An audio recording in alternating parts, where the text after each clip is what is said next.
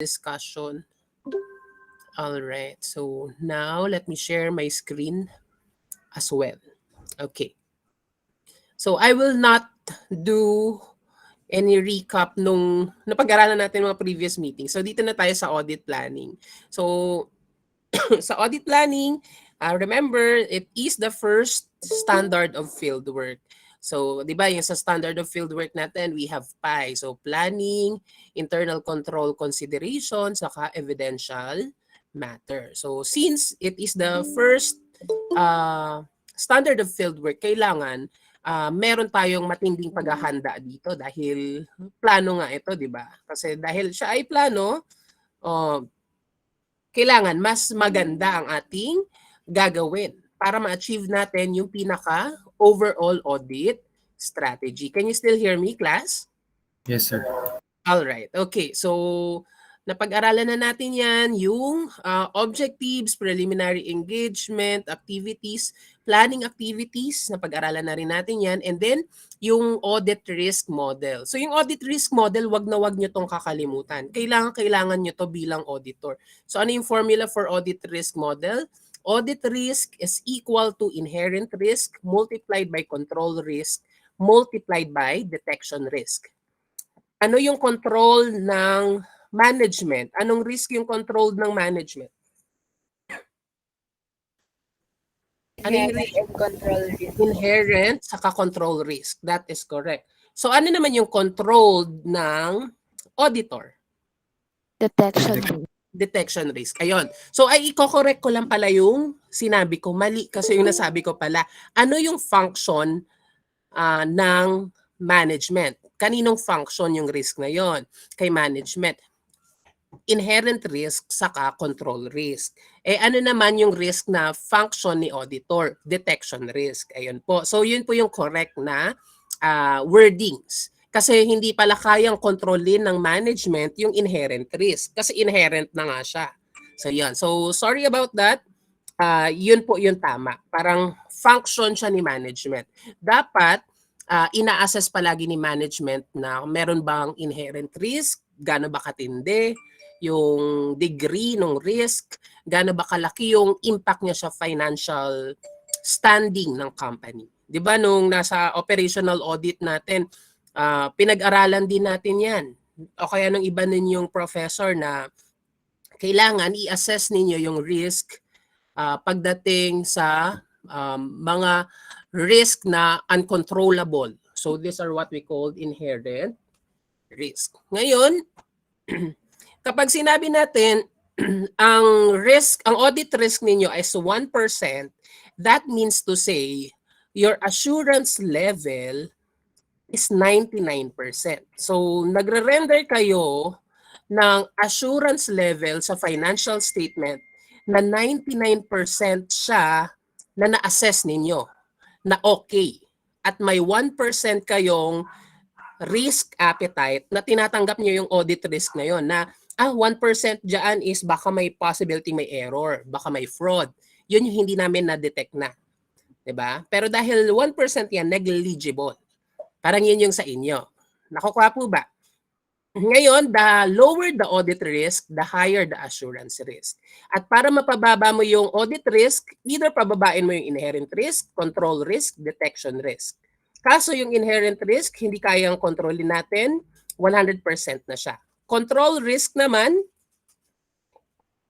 dahil kay management iyan function, i-assess natin yung internal control ng client. So, syempre, upon assessing, i-check natin kung okay ba yung internal control or hindi. So, the internal control is the lower the risk, the control risk. Or kapag hindi maganda yung internal control, mas mataas yung control risk. Yung detection risk, ito yung controllable natin. So, kung gusto natin ma-achieve yung mababang rate ng audit risk, yung detection risk, dapat pababain natin. Kukuha po ba? So kung 1.25% ito, yung gagawin ninyong substantive testing, ilang percent kaya? 98.75%. That's correct, no? So substantive testing, ang gagawin ninyo is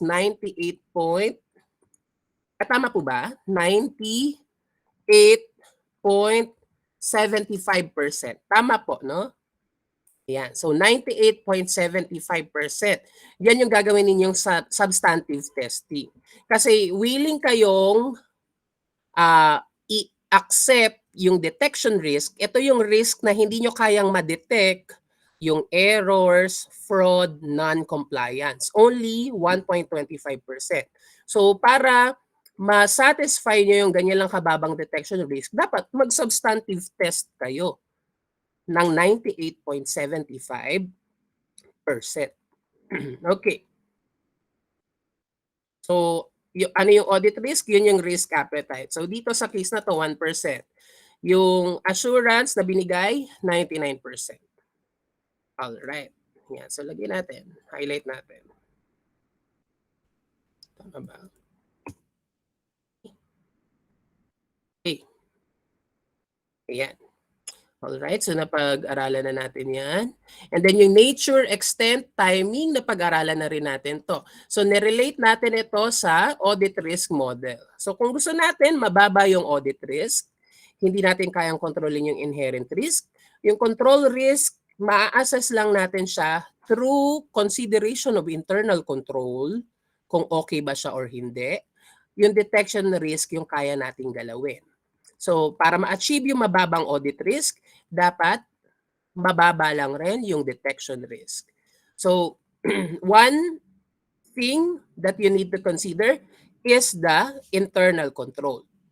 Kung maganda ang internal control, thankful kayo bilang auditor kasi makakatulong yon sa inyong external audit. Kapag hindi maganda ang internal control, huwag nyo nang i-test ang internal control. Bakit? Kasi magsasayang lang kayo ng oras. Kasi alam nyo na mali na siya, hindi na siya okay. So don't do test of control anymore. Ayan. Wait lang, nasa na ba tayo? Ayan. Ayan. So don't do the test of control anymore. So, pero kapag okay ang internal control, conduct test of control. Pero kapag nagkanda ka ng test of control, will you still perform substantive testing? Yes. Answer is yes. Kaso, lesser na lang yung substantive testing mo. Pero kapag hindi ka magpe-perform ng test of control kasi hindi maganda yung internal control, you will do substantive testing. Pero mas madami. Kasi hindi na nga hindi na nga na-achieve yung internal control, yung good internal control. So kailangan mag-substantive test ka para makuha mo lahat ng mga possible errors, possible fraud, possible non-compliance. So yeah. So may idea na tayo sa audit risk. Ma-assess na natin kung ano yung nature, extent, and timing. So the lesser the substantive testing, lesser samples, smaller in size, you can conduct the audit at interim period. Kapag hindi ka na nag-perform ng test of control, Kapag hindi ka na nag-perform ng test of control, you will do more substantive testing. You will collate more samples. You will consider large size of samples. And then you will perform it at year-end para hindi ka na magsayang ng oras. Kasi kung mag-audit ka at interim, tapos mag-audit ka rin at year-end, kasi baka yung hindi mo na-audit at interim, nandun pala yung mga error, fraud, non-compliance, nag-double work ka lang. Nakukuha po ba? Pero kapag interim, tas okay yung internal control, may assurance ka, parang assure ka na okay yung na-audit mo ng interim, tas review ka na lang sa year-end. Kasi okay na pala eh. Di ba? So yun. Now,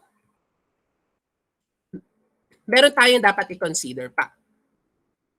Materiality. So audit program, okay na tayo dyan. Materiality. Although itong materiality na ito, class, related siya sa audit risk model. So kino-consider natin itong materiality doon sa audit risk model. So why do we need to consider materiality, class? Why do we need to consider materiality? Ano ba yung materiality? from your own point of view. Anyone from the class, what is materiality? Yes, Sophia.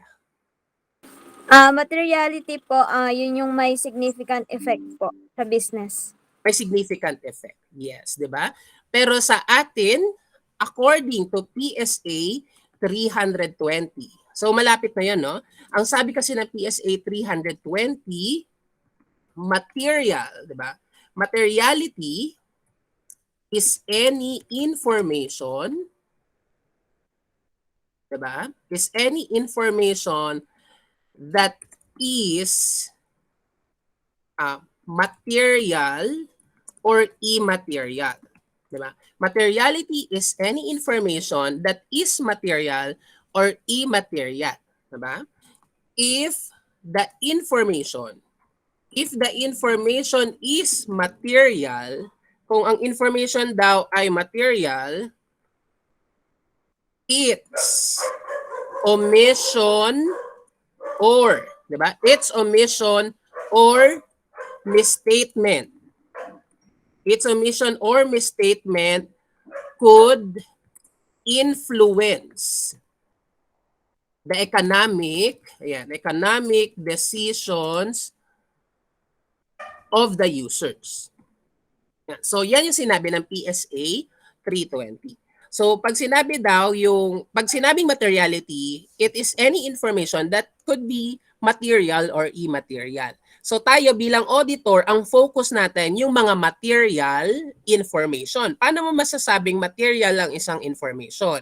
An information is material if its omission or misstatement in the financial statement could influence the economic decisions of the user. So supposedly, dapat ito yung decision nila, pero dahil material yung misstatement, na iba tuloy yung decision ng users of the financial information. Question, sabi ng PSA 320, kailan daw kino-consider ang materiality?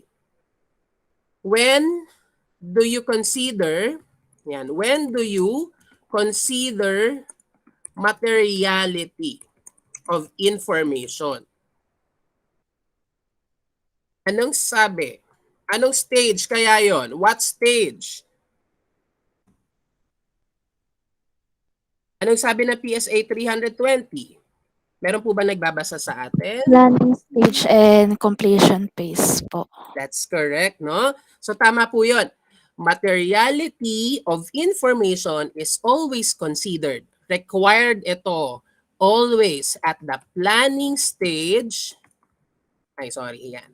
And completion stage. Diyan po yan laging pine-check. Bakit kino-consider siya at the planning stage? Yung materiality. Kasi para makita natin kung gaano kalaki yung scope nung i-audit natin. Remember, di ba? Nung sa planning natin, consideration ng pagpaplano ng audit. Ayan, tignan natin. Check natin ha. Nasaan na ba yun? Yung scope. Kasi kailangan natin malaman kung ano yung scope ng i-audit natin. Ayan, dito. So yan, nasaan na ba yun? Kasi yan. Yan, importance of audit planning. It helps ensure that appropriate attention is devoted to important areas of the audit. Kasi nga, kailangan natin yung mga material information. Ayan. So kaya, kino-consider natin yung materiality sa planning stage. Nakakasunod po ba? Yes po. Yes po. Alright. Okay. Now, bakit kaya kailangan naman ang materiality kino-consider sa completion stage? Bakit kaya siya kino-consider? Yes, Hana. Sir, para po ma-evaluate yung effect ng misstatements dun sa financial statement po. That's correct. Tama si Hana. Tama si Hana, no? Hana? Yes. Wait lang po. Ayan. So, completion stage, kino-consider din siya yung materiality of information Dahil kailangan nating i-evaluate yung effect ng misstatement sa financial statement. So lagay ko dyan, evaluate the misstatement in the financial statement. So kaya kailangan i-check yung consideration pala or i-consider yung materiality of information both at the planning stage and completion stage. So dulo-dulo, no? Planning, completion. So yung completion, although hindi siya pinakadulo kasi report yung issuance ng report yung pinakadulo, eh syempre kung i-consider mo yung materiality sa report na, eh magtatagal ka kasi kailangan mo pang i-revise yung audited financial statement. Doon mo lang kasi nakita. Eh pero kapag completion stage pa lang, makonsider mo na kapag nag-issue ka na ng auditor's report saka audited financial statement, okay na. Wala ka nang dapat baguhin kasi nabago na. Na-consider mo na yung materiality. Nakukuha po ba? Nagigets po ba, class? Nagigets po ba? Yes po. Yes po. Alright. Okay. Ayan. So next is okay. Ayan. Ayan. Relationship. Kasi napag-aralan na natin yung materiality. Napag-aralan na rin natin yung risk. Ito, audit risk. Ano yung relationship? Diba? Relationship of materiality and risk. May relationship pala sila. So, ano yung relationship ng materiality and risk? Inverse, sir. That's correct, no? So, materiality and risk have inverse relationship. Bakit kaya inverse ang relationship ng materiality and risk? Anyone from the class? Bakit kaya?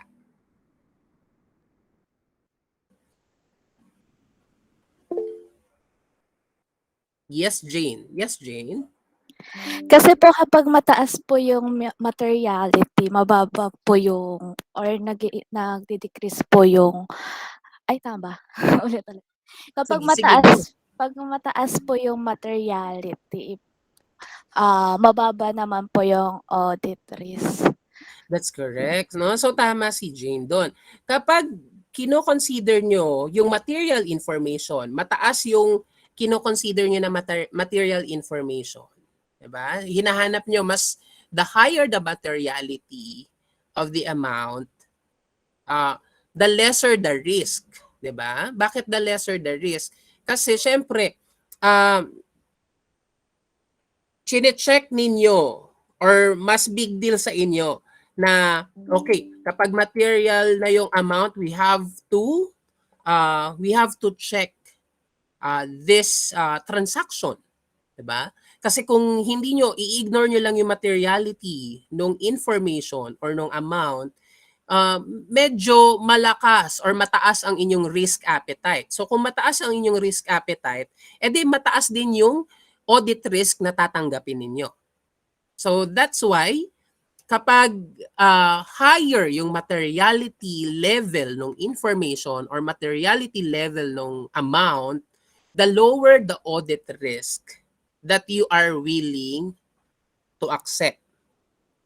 So yun po yung relationship ng materiality and risk.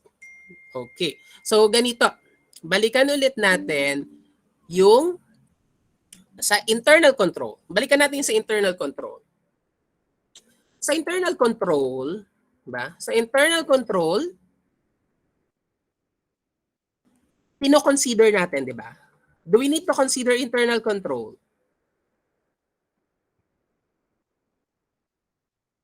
Do we need to consider internal control? Tapos na tayo dito, di ba? Kasama ba yan sa GAAS? Opo. Yes. So, you need to consider internal control. So, by considering the internal control, you need to assess the internal control. At kapag ina-assess nyo yung internal control, what are you applying? Your professional, ano po? Judgment. Judgment. Yes, that's correct. Yeah, applying your professional judgment as an auditor, 'di ba? So, internal control is being considered because it can help your conduct of the external audit. That's why you need to assess the internal control. At para ma-assess yung internal control, you need to consider, you need to consider the internal control kasi i-apply mo nga yung professional judgment mo. Ngayon, sabihin natin, internal control in payment process. Internal control in payment processes. Ni-review ninyo, okay, pag nag-issue ng cheque, pag nag-issue siya ng cheque, dalawa yung pipirma. At bago pirmahan yung cheque, kailangan meron mo ng payment voucher.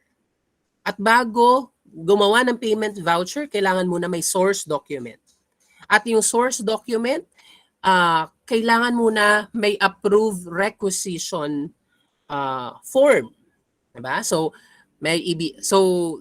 yun yung inyong parang tawag dito, analyzation. So, from the start, pag naka-receive ng source document, kailangan approve muna, merong requisition form, merong payment request, endorse sa accounts payable department, i-issuehan ng payment voucher or accounts payable voucher, then i-endorse sa treasury, i-check kung kailan yung deadline. Kapag malapit na yung deadline, saka i-issuehan ng cheque.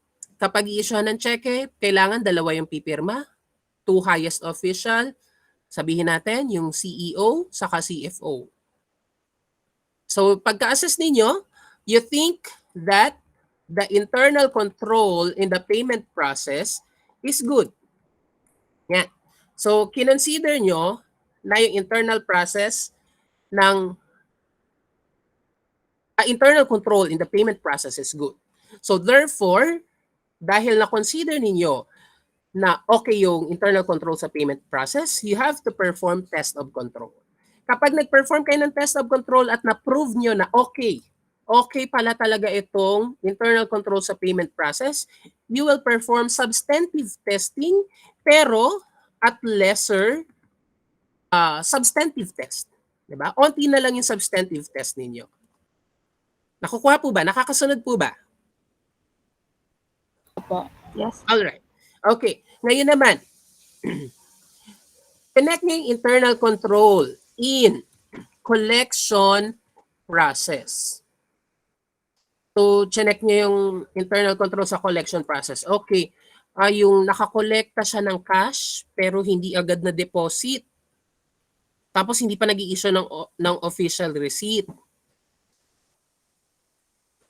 So, parang hindi maganda yung kanilang internal control sa collection process. So, ibig sabihin, based on your professional judgment, internal control in the collection process is bad.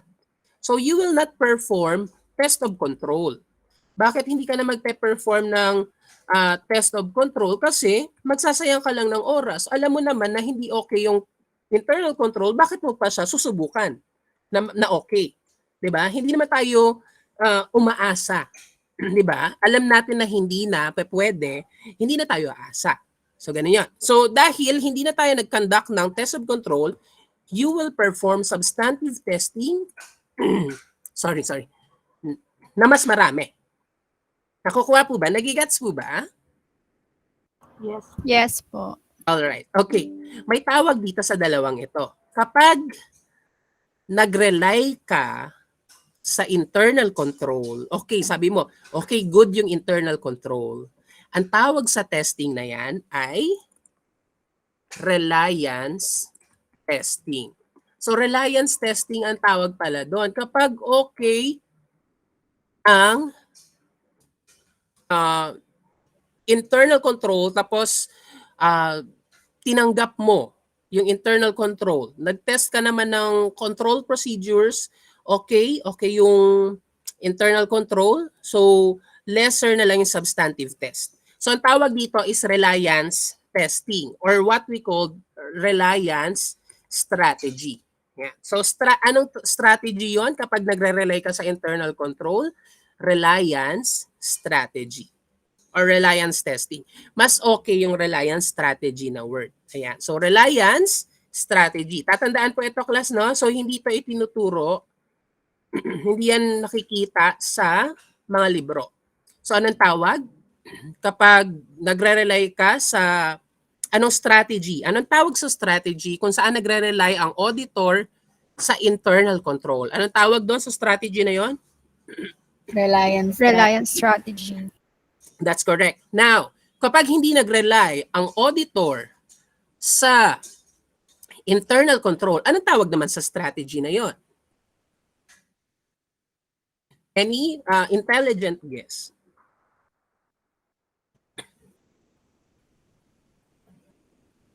Any intelligent guess? Okay, sirit na. So ang tawag doon is substantive. So substantive strategy. Ayan.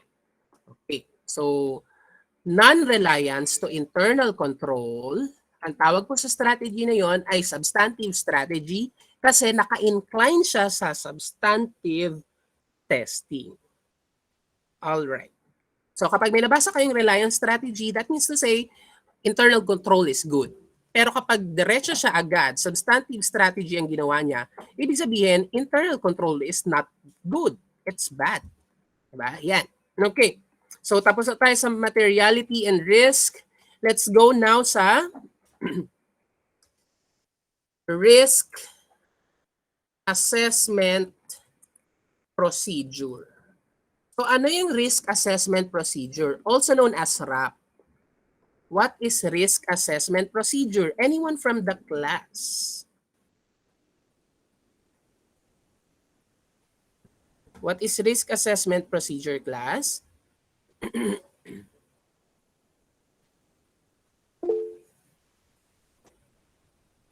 Yes, John Eric. Sir, ito po yung procedure na magkakaroon po sila ng initial assessment for ano yun? Yung risk of material misstatements po. Tama din si John Eric doon, no? So pag sinabi natin kasing risk assessment procedure, balikan ulit natin yung pinag-aralan natin. Ano ba yung dapat gawin for audit planning? Kapag nagplano ka, yung planning activities mo is you have to understand the entity and its environment. Ayan. So highlight natin. Ayan. Understand the entity and its environment. Ano pa yung dapat i-consider? Understanding the internal control ng entity. Ano pa? Consideration of materiality and audit risk. So, etong ginagawa natin na yan, yung pinag-aralan pala natin na yun pala yung risk assessment procedure. So, una, you have to understand the client plus internal control consideration plus risk assessment. From the word itself, risk assessment procedure. Ayan. So, yan yung ginagawa nung auditor under risk assessment procedure. So, ano yung mga normal na audit procedure na ginagawa ng auditor in a risk assessment procedure? Ano yung ginagawa ng auditor? Yes, Nico. Yes, Nico. Inquiry, observation, inspection, at saka analytical procedures po. That's correct, no? So, tama po yun. So, kapag ang tawag dito, kapag naisip nyo yung risk assessment procedure, think of the word or acronym IOI-AP. So, kapag risk assessment procedure pala, IOI-AP. So, ano yung IOI? Una, inquiry. Pwede ka mag-conduct ng inquiry. Mag-inquire ka with the employees, with the customers. You can do that kasi part yun ng risk assessment procedure mo. Ikalawa, observation. So, syempre, ang inquire kasi nakikipag-usap ka na nag-gather ka ng information. Ikalawa is, nag-gather ka ng information kaso hindi mo kailangan makipag-usap. Nag-observe ka lang. Pwedeng mag-walkthrough ka, pumunta ka sa, ang tawag dito, pumunta ka sa client facility. Tignan mo lang sila kung paano yung process. You just observe. Tapos pwede ka mag-document habang nag-observe ka. Observation yon. Ikatlo, ano naman yung ikatlo? Inspection. Diba? So, inspection naman is you conduct parang investigation. You inspect documents, you inspect the transactions, parang aside from observation, pinapakailaman mo na. Inspection na yung tawag doon. Ano pa? Last one is analytical procedure. So, yun yung AP. Ano yung analytical procedure? Sa analytical procedure, ito yung nagre-recompute ka ng financial statement. Chine-check mo ilang percent yung gross profit rate. Nung previous year, yung gross profit rate 60%. Bakit ngayon bumaba, naging 30% na lang? So, doon pa lang, nakakapag-conduct ka na ng audit kasi na-check mo na parang may problema. Ano kaya naging reason? Dahil bumaba yung gross profit rate. Bakit yung asset last year mas malaki? Ngayong year na to mas maliit, lumiit. Diba? So, yung liabilities nung last time maliit lang, ngayong year lumaki. So, analytical procedure yung ginagawa natin na ganon. So, yun po ay analytical procedure. Ano pa? Meron pa po ba? Wala. Alright. Yung analytical procedure pala is under PSA 520. So, pag-aaralan din natin tong PSA 520, ibaon nyo na lang muna. Itabi nyo lang. So, at least meron kayong information. Pag analytical procedure under PSA 520 yan. Alright.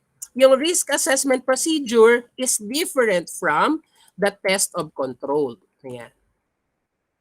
So, yung test of control or what we call TOC, tinetest nito yung internal control. Diba? So, ano naman yung mga audit procedure na ginagawa sa test of control? Ito kasi yung mga audit procedure kapag risk assessment procedure, di ba? Inquiry, observation, inspection, analytical procedure. Ano naman sa test of control? Anyone from the class? Can you still hear me? Yes po, sir. Yes. Ano yung procedure, audit procedure sa test of control? Normal na ginagawa kapag nagpe-perform ng test of control. Meron po bang idea? Yes, Nico. Observing the application of specific controls. All right. Sige. Okay. Kapag nagte-test tayo ng control, always think of the acronym IRIO. Yan. So, IRIO. Sa risk assessment procedure, IOI-AP. Sa test of control, IRIO. So, ano yung IRIO na yon? Una is inquiry. Katulad ng sa risk assessment procedure pala, no? Kailangan din ng inquiry. Ikalawa, letter R is re-performance. Ikatlo, ano naman yung isa pang I sa IRIO? Inspection. And then, ano naman yung O? Observation. Observation. That's correct, no? So, observation. So, ito yung ginagawa natin pag test of control. Kailan tayo nagpe-perform ng test of control? Balikan nga natin yung sa audit risk natin, audit risk model. Kailan nagte-test of control? Kapag ang... Maganda po yung internal control. That's correct, no? If internal control is good or the control risk is low. Ayan. So, ginagawa natin ang test of control kapag maganda lang ang internal control at mababa ang control risk. Alright, so tapos na tayo with the audit planning. Okay, so let's go now naman sa ating other link. Alright, thank you so much class. Let's join for another link.